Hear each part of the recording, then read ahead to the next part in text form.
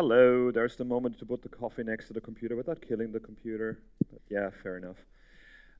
Yeah, I'm here to wake you up this morning and get you excited about this. And it was fun when you said, like, we're going to go to Munich, because I used to work here for 3 years, and I lived in Augsburg because it's affordable and not like here in the city center. I'm like, ah.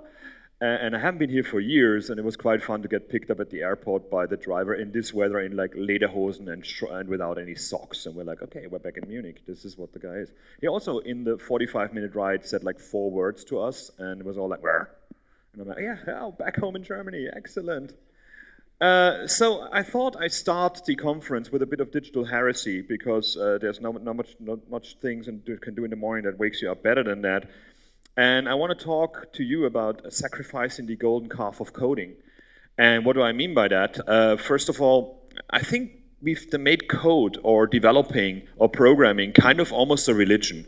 We have our own rules and everybody has to follow them, and we see ourselves as somebody different from the world of the people that use the things that we do and pay money for it. They're stupid, we get everything for free, right? And I want to make sure that we understand that technology has kind of overtaken us as humans, and we are not immune to that revolution or that change as well. So the other day I did something that nobody ever does. I went to Twitter and made a grandiose statement without backing it up at all. Nobody does that. Everybody has only research-based things on Twitter and says things that are understandable. And I said that in 5 years, most of what we call coding these days will be done by machines, and they'll be much better at it. And people were all like, yeah, well, whatever, Chris, you live in the future, or whatever, you're deluded and you're old, just stop, because we have to code, and like, being a command line is the best thing ever. When I started at my company right now, we put the WSL subsystem into Windows 10. So we had these announcements with like holograms and like everything, really cool stuff. And what people got most excited about, like, you can now write 1970s code on a new laptop. And I'm like, really? We invented 40, 60 years of engineering and software, so we're back to writing Unix commands?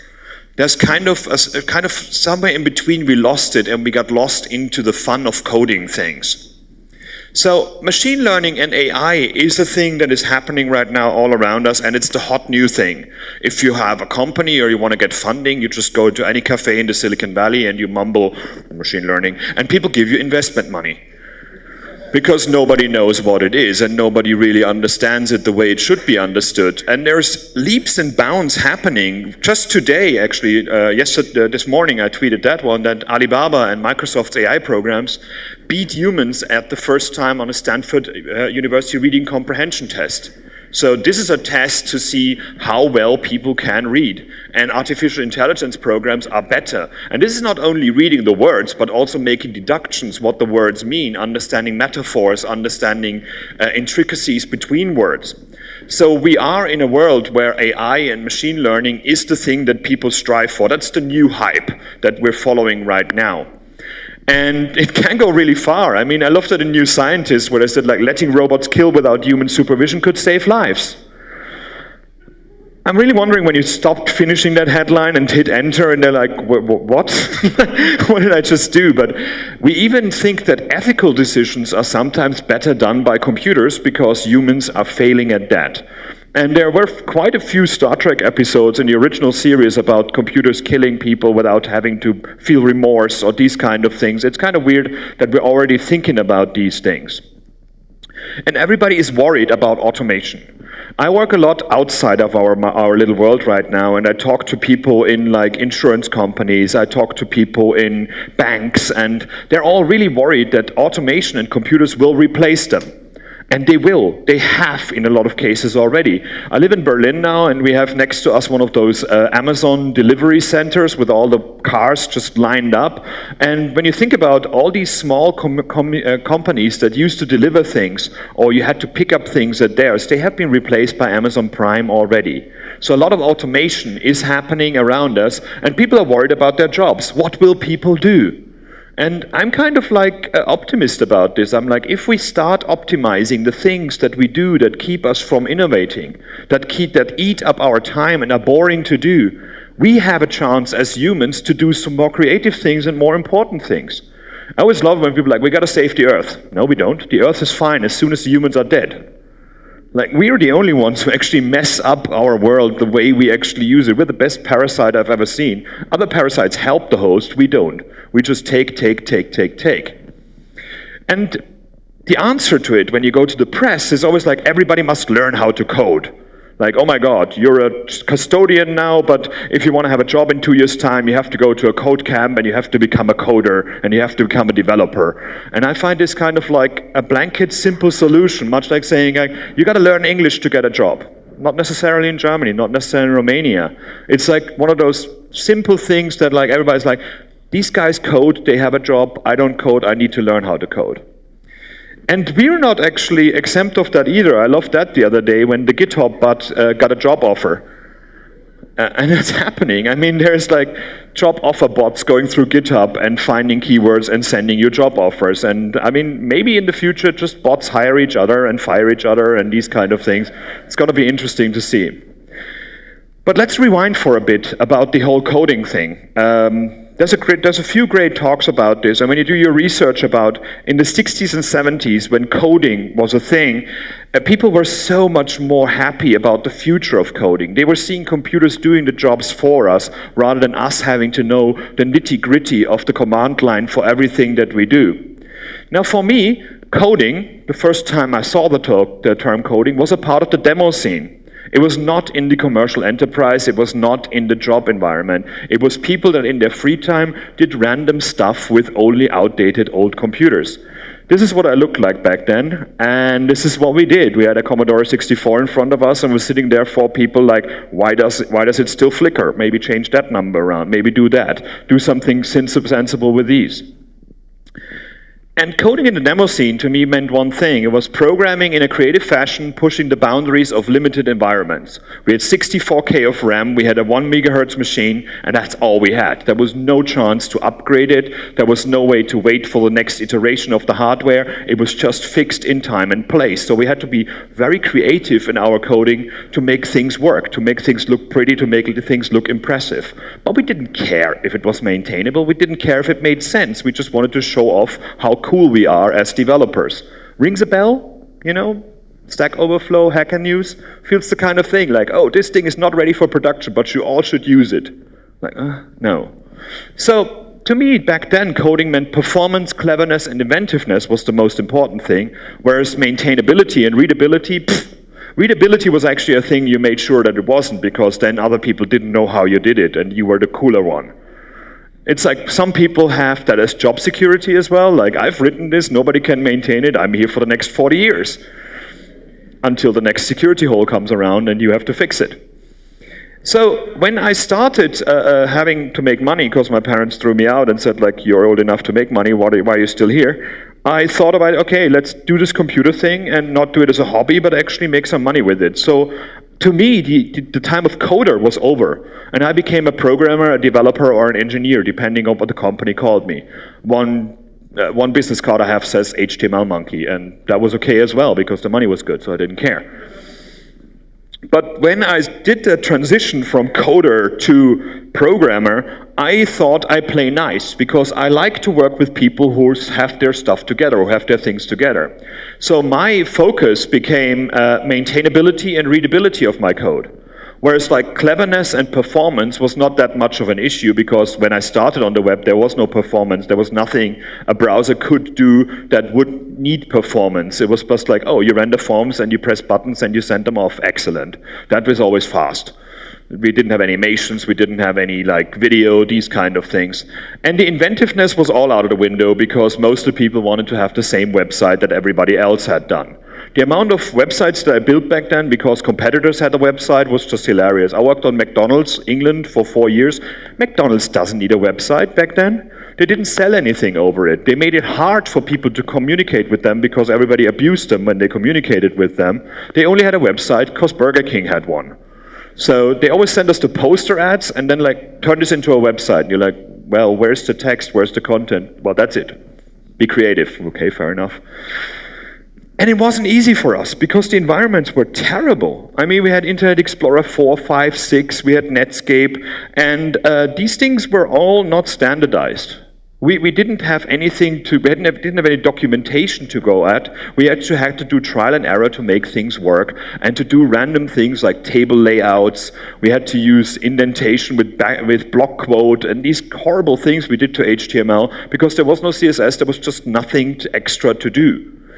And the problem with that one, that everybody who came from that world, or even later, the IE6 world, we carry all this weight of like, oh, we had to go through that pain, so you should too. So the last 15 years of giving presentations and hearing presentations of development has all these things that I call the worries of the battle-weary people of the web. The people that went through the browser wars and that had to suffer these horrible environments and those clients that didn't know what they wanted and still demanded a lot of things. Then there was always the like, oh, my cousin's son has Dreamweaver, he can do it cheaper than you. And you're like, well, let him. And then I see you in a year's time to fix it for twice the money. But people just didn't trust our job right. So we came up with these things that we keep repeating. And I found myself repeating them as well, and I kind of got bored of them.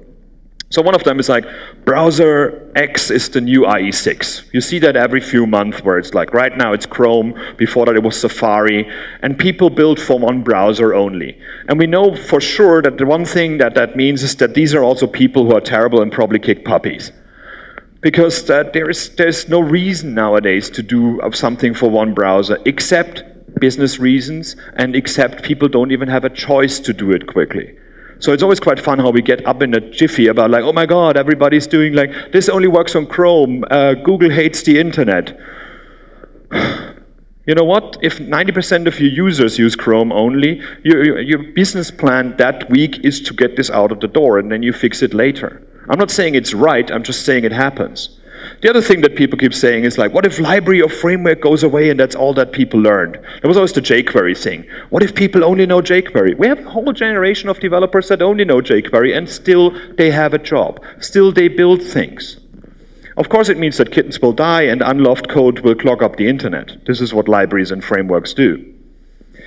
Yes, service so-and-so is amazing, but what will you do it when it's gone? You know, like what if GitHub goes away? I mean, the only solution is frantically copy your code to floppy disks for safekeeping. This is what we do. Package so-and-so solves this problem for you, but you don't own it and you don't know what it does. NPM, like, oh my God, NPM install. All of a sudden I got like 5,000 packages on my hard drive and I have no idea what they're doing. They're probably like Trump tweets in the background on your behalf. Generic code tries to solve too many things you don't need solving. And in my days, all we needed was 2 lines of CSS, and we changed it every 4 days. I always like it when people go for frameworks, and they're like, well, it solves all my problems. You can do this by hand. Okay, next week you have to do it by hand this way. In 2 weeks you have to do it by hand this way. So make sure you get this kind of stuff in your world of development, which you don't. Because one of the biggest lies after I read the terms and conditions is, do it now, we're going to fix it later. No, we won't. It's a lie. Don't trust people who say that. They never will give you time to fix it later. Feature of the web is cool, but what about people on older browsers? That's always, in Germany, that's my biggest thing. Like whenever you do something and you're like, yeah, sure, this is in the newest browser and everybody gets for free on their phone, but it doesn't work in IE9. Okay. My clients haven't upgraded in years. If malware developers can support them, so should you. This is the kind of message there that I'm giving to people. Some things on the web should not be there anymore. Some things should not be used. They're just a security problem. And it's not, you don't want to be in control or you don't want to have the job to fix other people's security issues. And by supporting them, you support people doing that. Everybody is invited to build for the web. You don't need to use a certain editor or training. That's the beauty of the web. That was the great thing about the web. Notepad and FTP was good enough for me and made me the person I am today. And I find it fascinating that we're so excited about how shit our environment was. You know, we're all like, yeah, cool, we have to do things by hand. We only had zeros and ones, and sometimes we had to use the letter O because the zero didn't work. So, well done, but we should move ahead. We should not actually use the bad, terrible tools from the past just because we can. So we're great at inventing and advocating best practices. Like, I love that. If one of the main principles of good code is don't repeat yourself, why do we keep talking about it? And we do. It's like, I always like, oh yeah, these are the 1970s best programming practices that we should follow today as well. But when you look around, This is a live code that I saw the other day, and it's tr class a thing ID if15 something like that. So it's a table layout. Anybody have a guess what that is? Yeah? Hacker News. This is Hacker News. And I love class a thing because it's just basically a slap in the face of anybody who ever liked CSS. It's not even an unnecessary class that is computer generated, it just says a thing. You know, how do you style this? How do you style a thing? It's bizarre that these things are out there. But the fun thing is these things work. Computers and browsers have to become lenient because we expect people to make mistakes. One of the main principles of the web is that the end user should not suffer from programmer mistakes. So we made browsers very, very lenient with what people do. And lazy developers use this as a carte blanche to write anything there. Well, table layouts worked in 1997, why should I change my skill set? So why is that? Why do we have all these best practices and these most beautiful things and these explanations and tutorials and video things, and there's so much crap on the web that basically you just look at as somebody who is about best practice and be like, why? Why would you ever? No, you can't have two IDs in one HTML document. That's what an ID is. You don't have two passports. This doesn't work that way. Well, the reason is that people are people. And people have problems, and people have deliveries, and people have jobs to do, and people get lazy, and people get tired, and people make mistakes because they're bored. And we cannot just tell people that the best practice is the thing to follow, because a lot of times what we earned from best practices after the first browser wars is not that much of a necessity these days. All browsers are much better than they used to be. All browsers give you insights in what you do. So, there's a quick story about a button.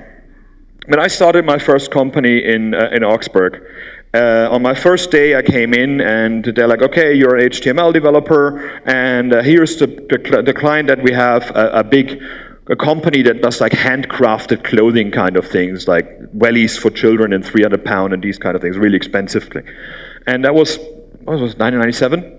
And they sent us access databases, and that was the data that we got every week. And then we had HTML developers that went through the access database and copied and pasted content into HTML documents, saved them, put them on FTP, and put them on the server. This was our job as HTML developers. And I looked at that and I'm like, why are we doing this? They're like, well, that's how you do websites, right? And I'm like, this is access. You can script access. You know that? And he's like, what do you mean? Yeah, there's VB script, and there is like there's Visual Basic. If you don't know Visual Basic, it's a great programming language if you hate syntax and you like to write security holes.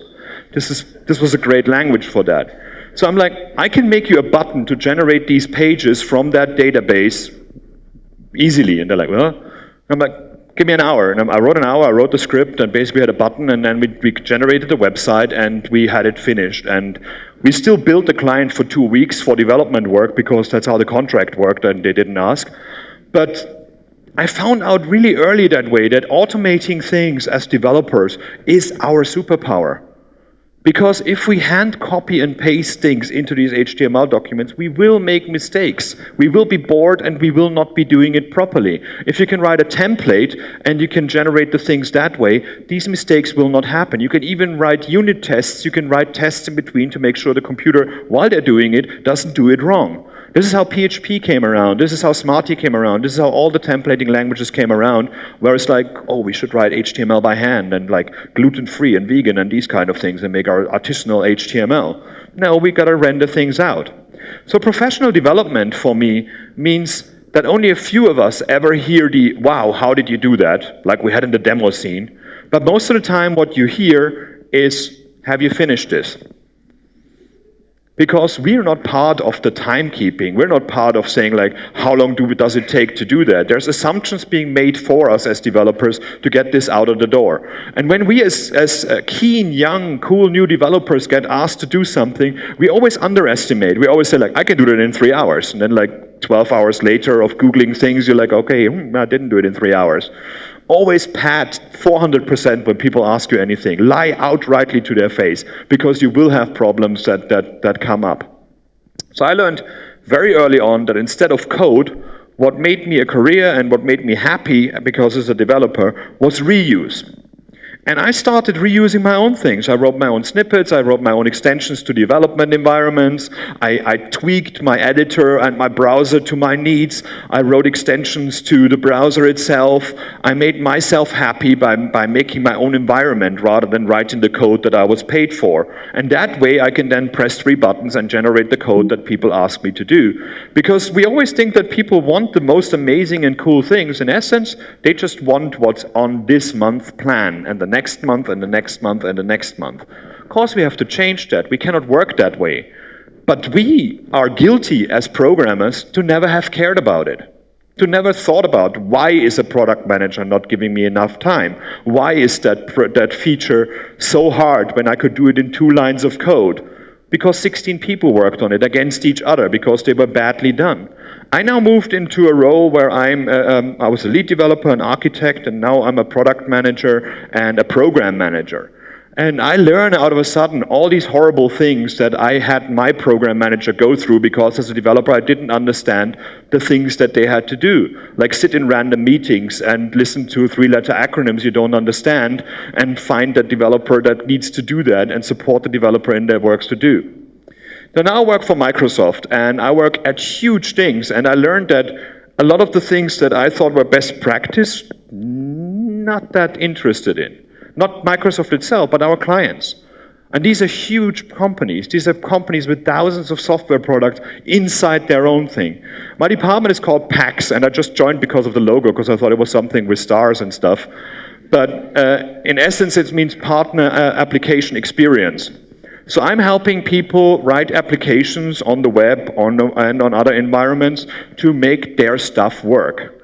And what I learned there is that everything counts in large amounts.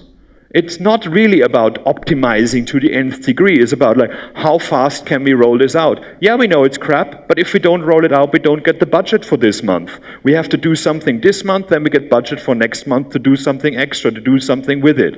And that's where I learned that writing code needs to be modular to be built upon. We cannot just build bespoke, perfect solutions that we then have to throw away again. This is depressing for us as somebody that put a lot of effort into making that perfect. We need to build more modular than we actually should.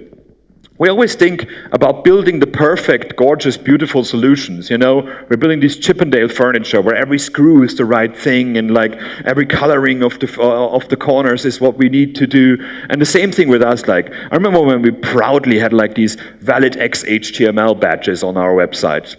Nobody cared. No end user cared at all. But we were like, I did it right. I'm happy now. I get more.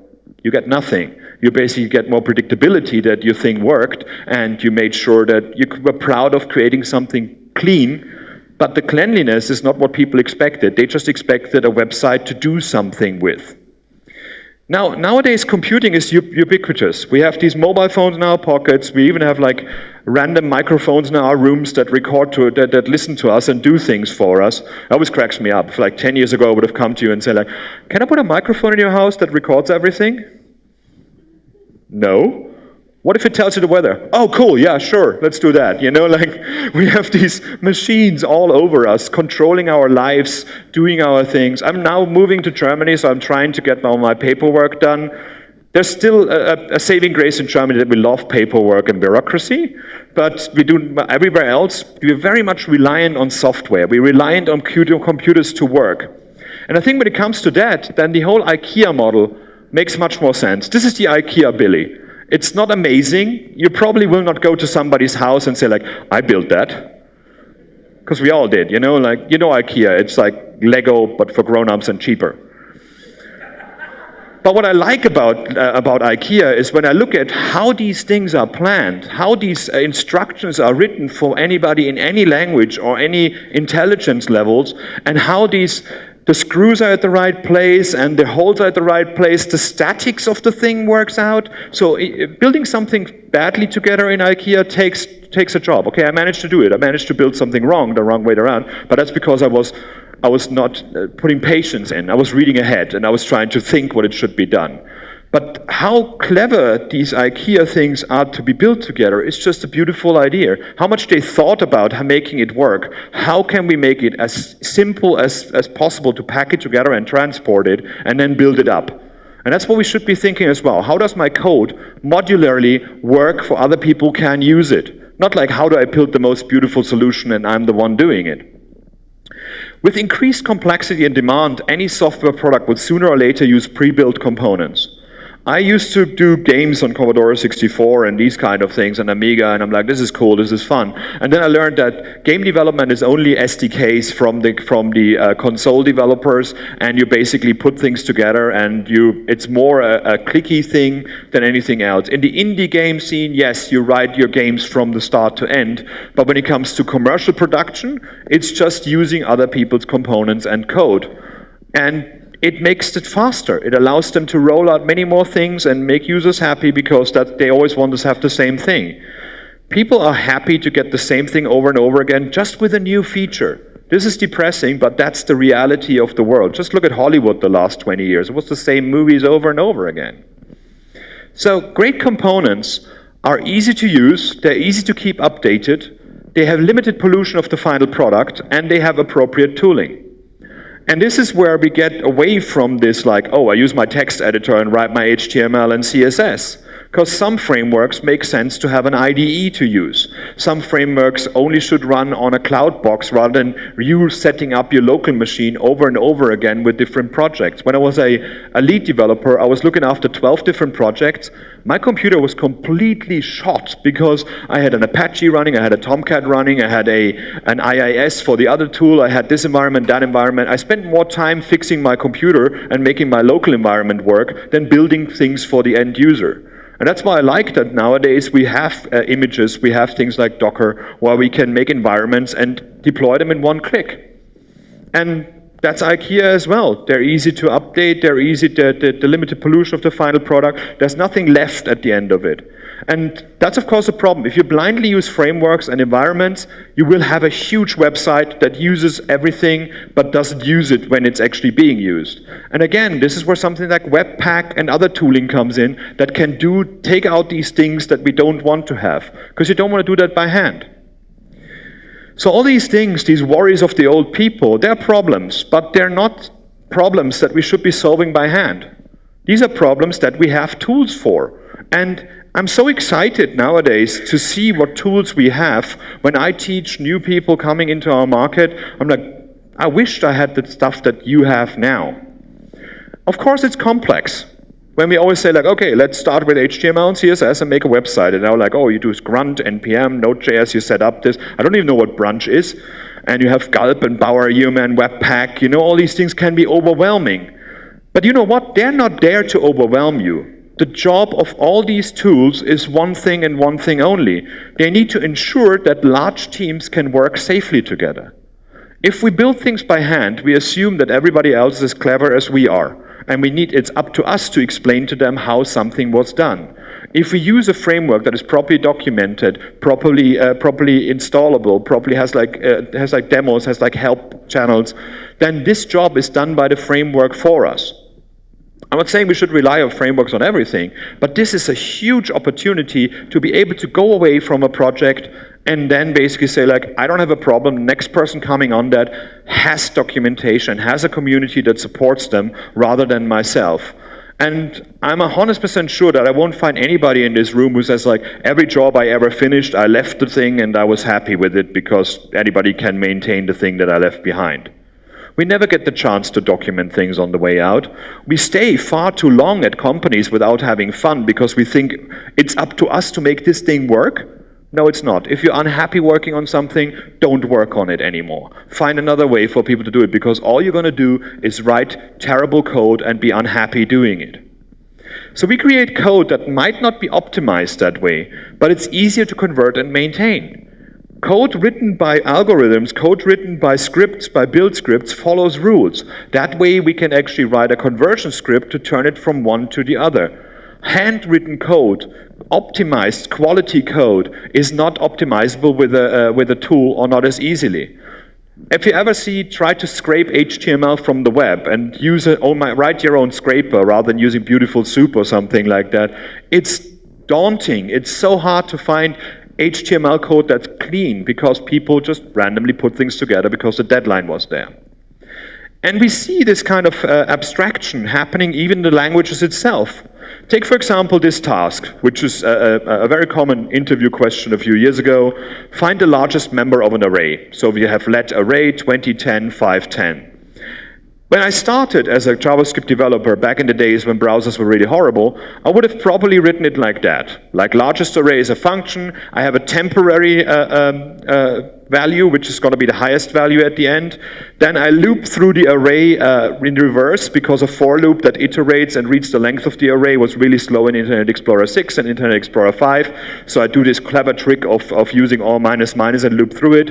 I do an if statement to compare the temp with the array value at the moment, and then at the end I return the temp because the biggest one will always be the one that's out there. This is readable, but not really, because I already do that all minus minus trick that you might not know about. So I wrote and optimized at the same time. Okay, later on JavaScript got a bit more features. Out of a sudden I had MathMax, and so I didn't have to do that stupid if statement anymore. So it's still quite a lot of code for that simple thing. Nowadays with ES6, this is the code that I expect people to write. And it feels weird to me. I don't want to do it, but it makes total sense. I've got my array, my fat arrow function, and I have a MathMax function that gets called on each of the iterated elements, and I have a spread array, spread on the array to go through it. There's a lot of magic happening there that I, as an old school developer, I'm like, Jesus, what the hell is that? But if you learn JavaScript right now, this is documented and it works fine. Now, you can do a micro optimization and run it through like a benchmark and say like, well, actually the reverse while loop is much, much faster than the spread. But by using the spread, I can make the performance problem the problem of the JavaScript engine makers. You don't have to optimize your code, they have to optimize their engine. And the people working on JavaScript engines love that kind of stuff. When we put new features in, we want people to use them so we see where the problems are and we can optimize them. If people don't use them because they're not ready yet, we will never optimize them because we don't know that they're performing not well. So, something to consider about all of this is that humans rely heavily on technology these days, where the time we get to deliver products has been much, much shorter than it was in the past. We're supposed to deliver a most viable product in every product that I know right now. We're not even thinking about like, okay, we're going to have the first iteration, the alpha, and then we're going to have the beta, and then we're going to have, no, nothing gets past beta in startup world. But in real production, we always ask like, oh, make it work, and then we roll it out, and then we make it better. And we have to think about that. People rely on computers to get fixes, to get better functionality, to have better functionality. And this gives us plenty of opportunity to endanger our end users. It's not about code quality and writing beautiful code. It's making sure that your code does not become a security problem, does not become a performance problem that cannot be fixed. And when you saw like the latest problems with the Intel and AMD and the on-chipset vulnerabilities, with CSS I could make a computer vulnerable nowadays. This was impossible when CSS came out. All we did was like put underlines on links away, and when we rolled over them, we showed them again, and we're like, ooh, look at that.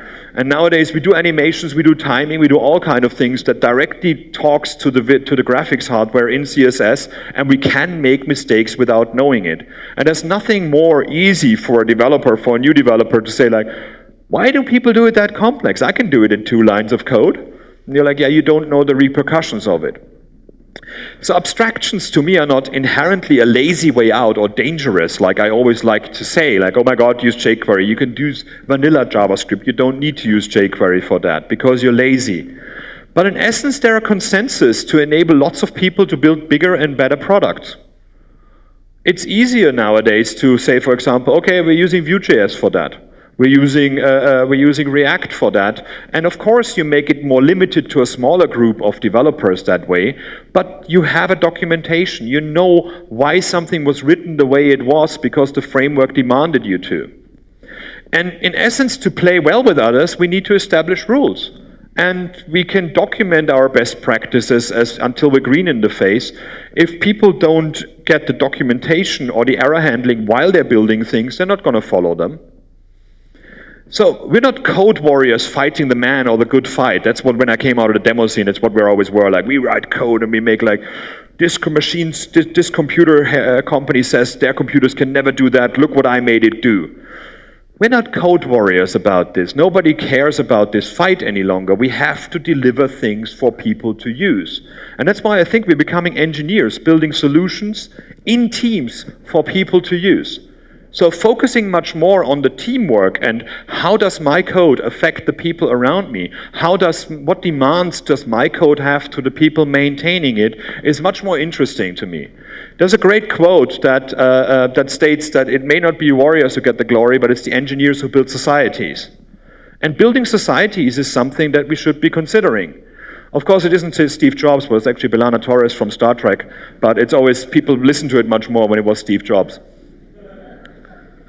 But I love that quote. I'm like, building societies, how cool is that? We're right now in a massive fight where people look at IT people as horrible people. We're the ones with a lot of money that go into the houses that other people can't afford, and we're not playing well with each other, and we're all like arrogant. And I think the society thing is something we should be concentrating much more on. I also loved in the Northern Lights by Philip Pullman, there's this beautiful quote that made me rethink my best practices and the preaching that I do about them. It's the duty of the old to be anxious on behalf of the young, and the duty of the young is to scorn the anxiety of the old. So I invite every new developer coming in right now to call out people like me who say like, oh, you're overcomplicating by using this Webpack thing. Show me why you're using it and what the benefit of it is, and I'm happy to oblige, because I realize we've been overtaken by the demand of delivery that we have to do. We cannot just build like bespoke software for everything. We have to think of the IKEA way of building components that other people can put together and build things for end users. So it's much more important what you create rather than how you do it. I'm much more excited about what your product does, rather than like what framework did you use, because that will change. And the fun thing, by relying on a framework with a coding best practice and a coding style and a tooling, you can convert it to other frameworks after that. With handwritten code, you can probably not do the same thing. That's why we talk about PWAs. You can write an iOS app, you can write an Android app, you can write a web app, or you can write a web app and let technology do the other ones for you. Then you don't need to repeat the code on all of these platforms.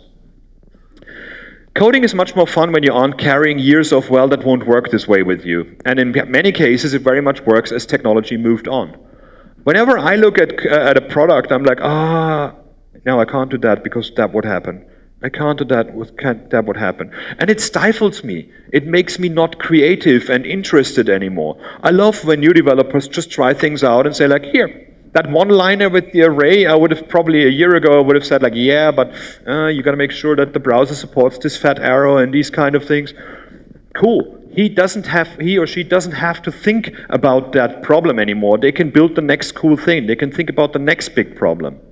And we have great tools these days. They teach you to code while you write the code. I love, for example, Visual Studio Code. I'm working on that project, so I obviously have to love it. But I love that it's written in TypeScript. I can write the editor that I use for a certain language in the language that I'm writing it with.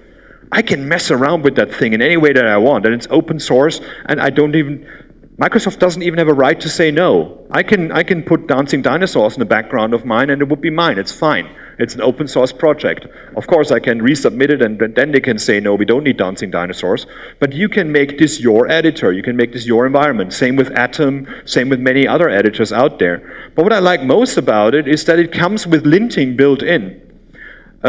That's a bit like when you're writing in Word and out of a sudden you got the squiggly red lines under it, which made you made mistakes there. And this is happening in code now as well. And I think that's much more exciting than debugging. That you can put in a JavaScript, for example, you can put up there an @ts check, and then it puts the TypeScript rules in JavaScript. And out of a sudden you get the squiggly lines telling you forgot to actually make that a constant. You forgot to initiate that one with a let. And out of a sudden, once you fix that, the other ones go away as well. So while I'm typing things, it tells me the mistakes that I do, which is for me much more exciting than learning all the rules why something is wrong. You can still click on the arrow next to it to get the explanation why it's wrong, but it's much better than writing wrong code and then being disappointed because it doesn't work. We have collaborative editing and education tools as CodePen, JSBin, glitch.com, and also in the editors itself, we can now, much like in Google Docs, you can write code together and you can see who's writing where.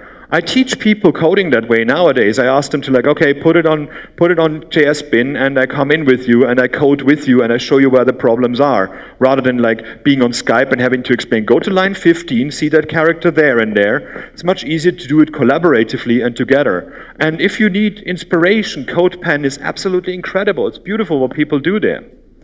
So good tools allow you to find bottlenecks and obvious flaws. Browser developer tools have all audits built in. They got performance tools built in. They've got just checkers in there. So while you're executing it on your end product, you will find the issues that you have. But I think it's ridiculous to think that nowadays, with our complexity of devices and environments that we have to develop, to support, we can actually make the live code our development code. We're past that. We actually should, all this tooling makes our code better, so we should write it, use the tooling, and create the most optimized version for the end product by algorithmic and scripted environments rather than doing it by hand for all of them. If you haven't looked at Solarwell yet, you can do that later upstairs in our downstairs in our thing as well. That's a linting tool that shows you all the performance, security, and validation problems that your website has before you build it. You can put that into a continuous integration. You can put that in your build script to go through these and say like, okay, here's a unit test on like best practices rather than knowing all the best practices up front. So thinking with reusable components is not only a thing for coders. We've been doing that in the development space, but also in the design space. If you think about it, it flows over into the design space a lot. We've got style guides, we've got pattern libraries, people using Sketch and turn it into code with just a few steps in between, because our designs are already coded to a degree. They're not, they're more like marked up rather than written. And back in the days, it was just like, you got a PSD with like 5,000 layers with no names. And nowadays, you can do a lot of generation of like click-throughs from our tools as well. So the thing is though, when we have predictable, reusable, and well-working parts to mix and match, we can go even further. Why would I need to download Bootstrap and start putting a Bootstrap website together when everybody wants to have the same website anyways? They want to have a hero image, and they want to have a carousel under it, and they want to have a footer that says made with love somewhere. So computers are good at repeating things, finding patterns and improving them. Humans suck at that. When I look at something like Bootstrap, I'm like, I'm already bored. I don't want to do this. I know it's easier, but I don't feel any passion of like putting a thing together that somebody else has written and then releasing it. And I'm like, I'd rather think about what can I do to optimize, and again, with that button thing that I did in Actions in VB back then, that thinking is in my head now. When something is repeated over and over again, a human should not do this because we're bad at that. When we get bored, we make mistakes. So computers are good at looking what people are doing. I love Autodraw by Google, where I can do things like that, and then it press a button and it turns it into glasses. You know, for somebody like me who has no talent of painting at all, this is great. And I love especially the backstory of that. It's been so like, ooh, Google has AI. But they fed it with a game that they did called Quickdraw. In the past, they asked people to say like, okay, here's a game, draw an elephant. And then the computer took all the elephants that people drew and then found the elephant icon and meshes them together. So by letting people do things over and over again and a computer listening in on it, we can now make it easier for people to do. And you can do incredible things like that. That's Airbnb. I don't know if you've seen this.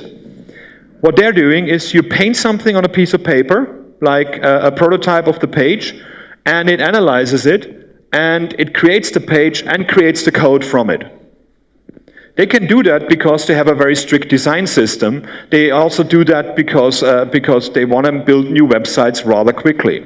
There's a white paper on the background of that if you want to know about the machine learning in detail about it, the neural network that's under that, and how to turn a graphical image into HTML code that looks like code written by a person except without the mistakes that the person would have done.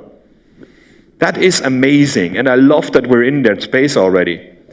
So they use training data, open source machine learning algorithms, and a design system in the browser to be able to do this, because they concentrated on those things. Because they knew you're not going to have a developer for more than a year. That person will go, so make sure that you actually automate around them. Take their skill set and make it a skill set of the group rather than like having rock stars in your room. The question is now, where's the fun in all that? And I think humans are better than machines. So working well with people is 1,000 times more important than working well with code. Don't get so lost in the app problems that you don't spend any time solving people problems. So when it comes to everybody must learn to code, I find that completely the wrong solution. To me, everybody should learn to solve problems. And when we automate things away that are boring to us, when we do things by automating the necessary, we gain time to find the fun again in our development. We find time to be creating gorgeous new components, new packages in NPM that have no security problems, new web components that are accessible. We have time to run unencumbered pet projects. If your own project, go wild, play with things. Write a code pen that doesn't make sense, but you want to try something out. Play with those things outside of deliveries. We can help the tools that we use. You can put a pull request into all the editors that you use, all the tooling that you use, and you can help those. Even with documentation, even with fixing typos. You don't even need to be a coder to help somebody like Webpack. You can play with upcoming technology. I'm now looking at HoloLens stuff. I'm looking at machine learning stuff much more than I look at JavaScript, although that's my expertise. Because I want more. I want to do new different things. You want to drop out of the rat race and clear your heads, because we are in a world right now where we're not working healthily. We're working far too fast and thinking we're doing far too many things right while we're doing them wrong. Where computers could do the things for us and we could spend time having a coffee and talking to our colleagues instead and planning the next step before we're actually doing it. And we have time to help each other out when we're stuck with some new technology, to teach new people about things. And we have time to help others get excited about what we do. And this is not about sending them to a coding course, but you're telling them like, our product enables people to do this. Code is at the base of it, but here are the 5 components that we use that you could use as well. So if you're feeling overwhelmed by the whole coding thing, I think there's a change happening right now where a lot of the stuff that we call coding these days can be done better and faster by computers. And I find as developers, we haven't done our job if that's already not the case. If it's still up to the human to do repetitive, boring commands, then we haven't used the computer as a tool, but we made it a religious object, and I don't think that should be the case. And with that, I thank you very much.